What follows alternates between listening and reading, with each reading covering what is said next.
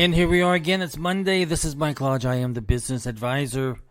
Can you believe it? The weekend went by zooming by. I mean, it went by too fast. I mean, I was busy this weekend. For one thing, I was doing my chores, raking up leaves. It seems like I spent all my weekend raking up leaves. As soon as they came down, I was picking them back up. I've lost control of the leaves. They have taken over my yard. They've taken over my front and backyards. I can't keep up with it. I just can't. So, new philosophy. I'm not going to give a hoot. That's my whole new philosophy.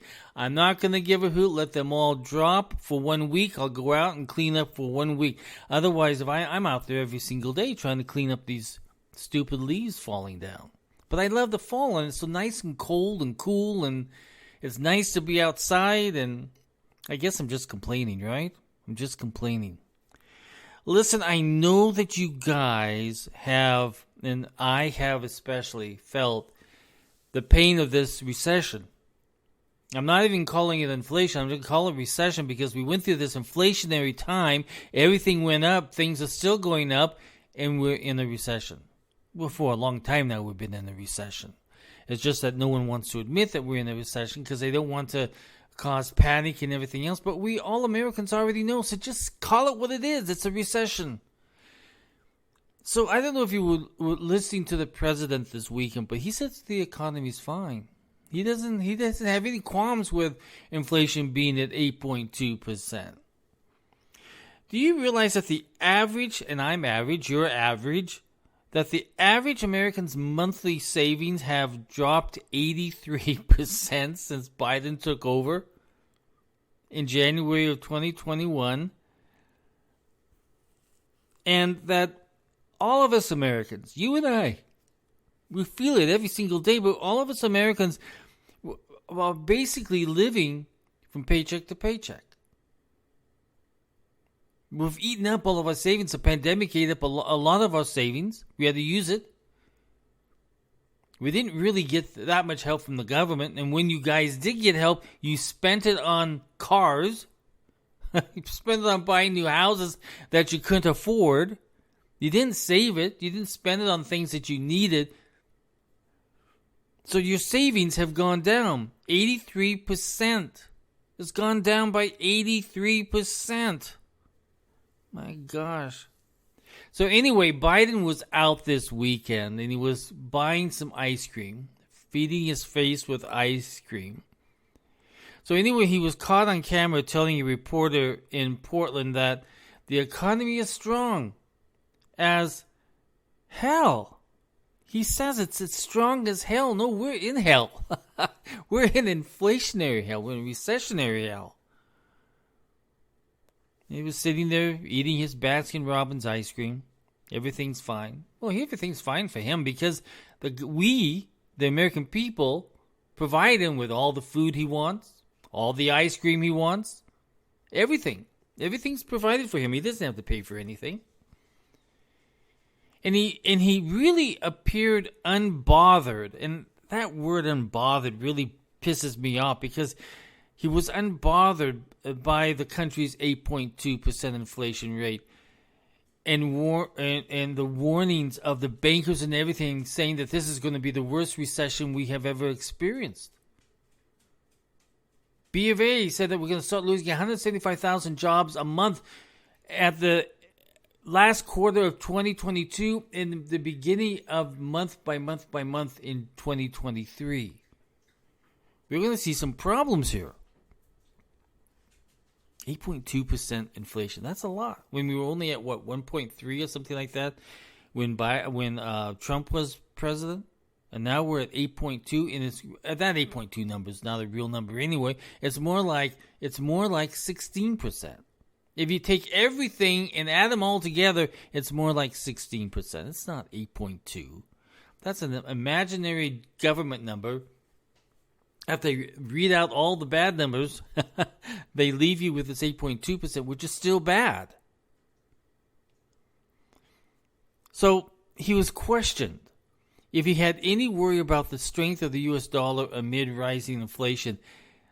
The president with a chocolate chip cone in hand, flippantly replied, "I'm not concerned about the strength of the dollar. I'm concerned about the rest of the world. Our economy is strong as hell."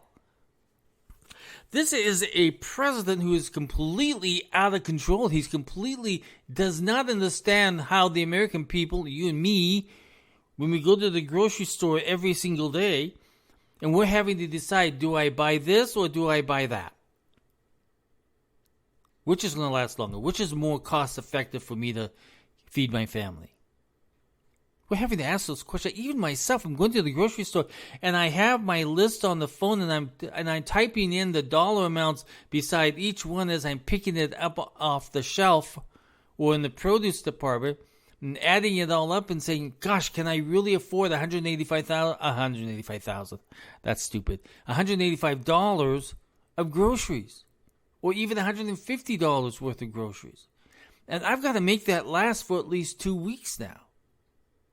What am I going to buy here that's going to last that 2 weeks that I can use every day and sustain it so that I can make it last longer?" I'm asking those questions, and I know that you mom and dads are out there asking the same questions when you go to the store, because we have eaten up our savings during the pandemic.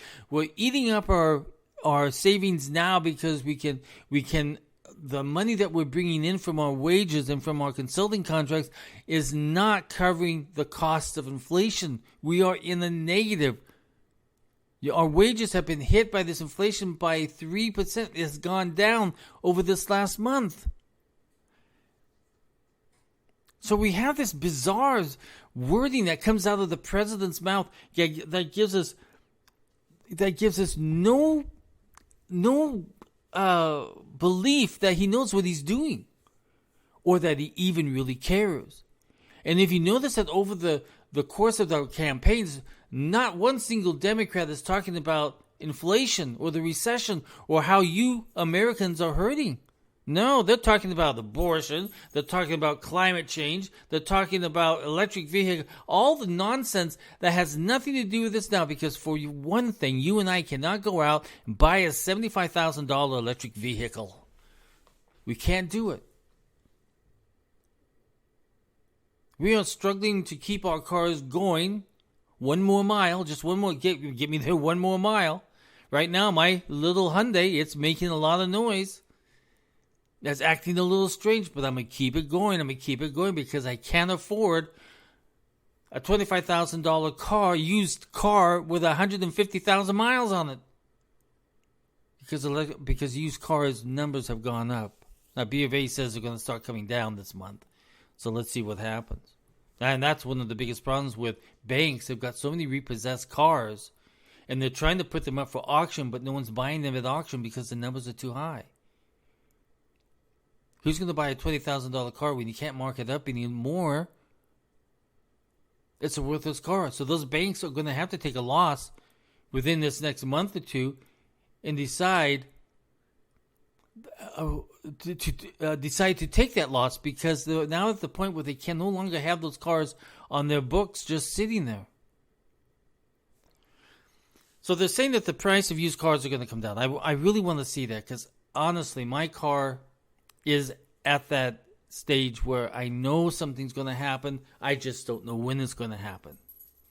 And I can't go out and buy a $75,000 car, nor would I. I can't even buy a $60,000 car or a $50,000 car or a $40,000 car, $30,000 car. No, I just am not going to spend that kind of money on a car that loses value when it leaves the parking lot. So we have lost our savings because of really bad economic and energy plans out of the White House.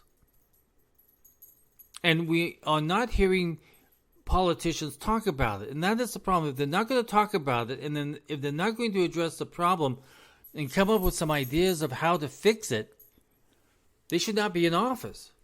Go away. If you're just going to follow the same old storyline of spinning of how everybody should be driving an electric car, how climate change is so bad, and abortion, everybody needs to have an abortion. Come on, that's not what Americans are concerned about at the moment. What we're concerned about is how do we survive this recession? And it's going to be a long recession. It's not going to be a short one. It's not going to be a soft landing. Don't believe any of that nonsense. We have a problem here, and we need to have a solution. And we as Americans, we are sitting in our homes, and we are putting our budgets together, and we're doing all this sort of stuff, and we have a problem. We're not making it. Our money isn't enough. So we're having to go out and get gigs, and we're having to get these side jobs. And now the president wants to say, no, you can no longer have a gig. You have to be a W-2 employee. You can no longer be a gig employee. You can no longer be an independent contractor. You have to be a W-2 employee. Americans are trying to survive, and he's trying to make it worse. They did this in California. I've talked to you about this before, and I fought California on it, but I'm still fighting California on it. But when they took away this gig society that's out there, it's a gig economy, they literally destroy the whole economy in the state of California. And that's what they now want to do in the whole United States. And that's a big problem.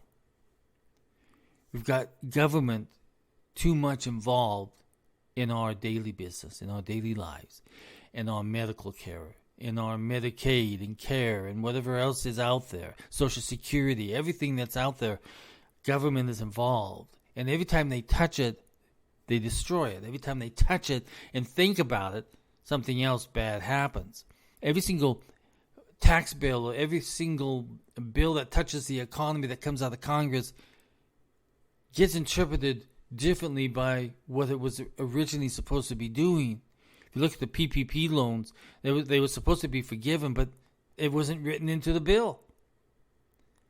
And so what it says there, it will be forgiven based upon, and they keep changing the rules in the SBA as time goes by. And now they want to go after a lot of people that were denied or who got the PPP loans, and because they said they were illegally done. So you wasted billions of dollars on the PPP loan that was a disaster. I'm still representing clients who have not been forgiven. And they should have been forgiven. So I have them in the appeal. No one's responding to the appeal. So there's a big problem with our government that they do not know how to manage money. And they need to get back to the basics of protecting us, of making sure that we've got crime bills that protect us, making sure that our national security is protected, and our infrastructures are good. But everything else they should get their hands out of, because every single time they touch it, it becomes worse and worse and worse. So we've lost 83% of our savings. And it's going to get worse, people, because the recession is going to be here for quite some time.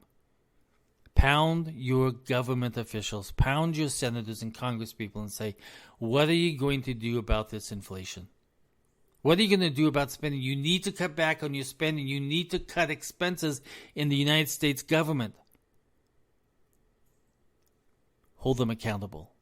Hold every single one of these people in Congress and in the Senate and in your state legislatures accountable for the money that they're spending. Demand that they start cutting. Just like we have to cut. We have to cut every single thing that we're doing. Listen, if you want to have more access to me, go to my website at www.lodge-co.com. Again, that's lodge-co.com.